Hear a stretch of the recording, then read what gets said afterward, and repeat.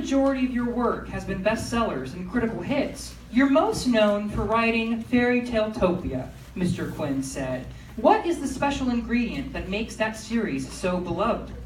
That's an easy answer. It was written by a child, Mr. Bailey confessed. Not many people know this, but I finished the first draft of Fairy Tale-topia, The Wishing Charm, when I was about 13 years old.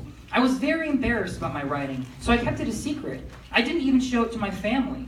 Later, in my 20s, after a few mild literary successes, I came across a dusty old manuscript in my mother's attic.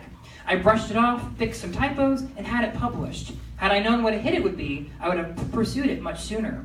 How interesting, Mr. Quinn said. So you're saying the series is successful with children because it was conceived by one? Precisely, Mr. Bailey said. Children will always be drawn to stories written in their own language. And as children's authors, it's our job to never lose touch with that language. You've had plenty of opportunities to write for adults, but you've always stayed in the realm of middle grade. Why do you enjoy writing for children? I suppose I just like children more than I like adults, the author said with a shameless shrug. No matter how much the world evolves, the children of the world will never change. Every child is born with the same need for love, respect, and understanding. They're unified by the same fears, compassion, and convictions. They're tormented by an endless curiosity, a thirst for knowledge, and a desire for adventure.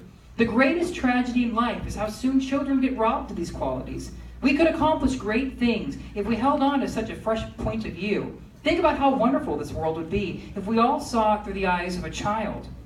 What would your advice be for aspiring authors? Mr. Quinn asked.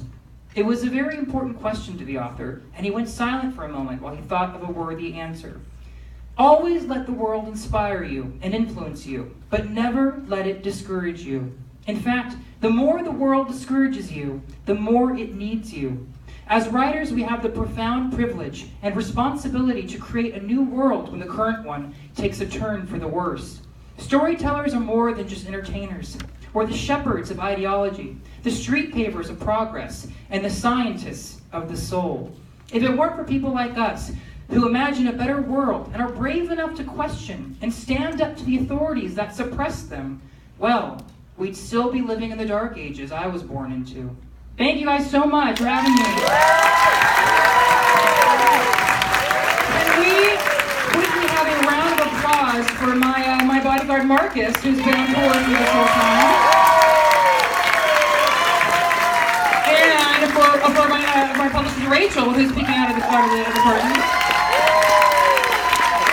And my other publicist Paula, who could not be here. Let's give her a round of applause too. And for my wonderful team at Little Brown who made these books happen. And then my literary agent Rob, who first approached me about doing a book. Let's give him a round of applause. All right, thank you guys. I hope you enjoyed the books. All right, so good to see you. Thank you.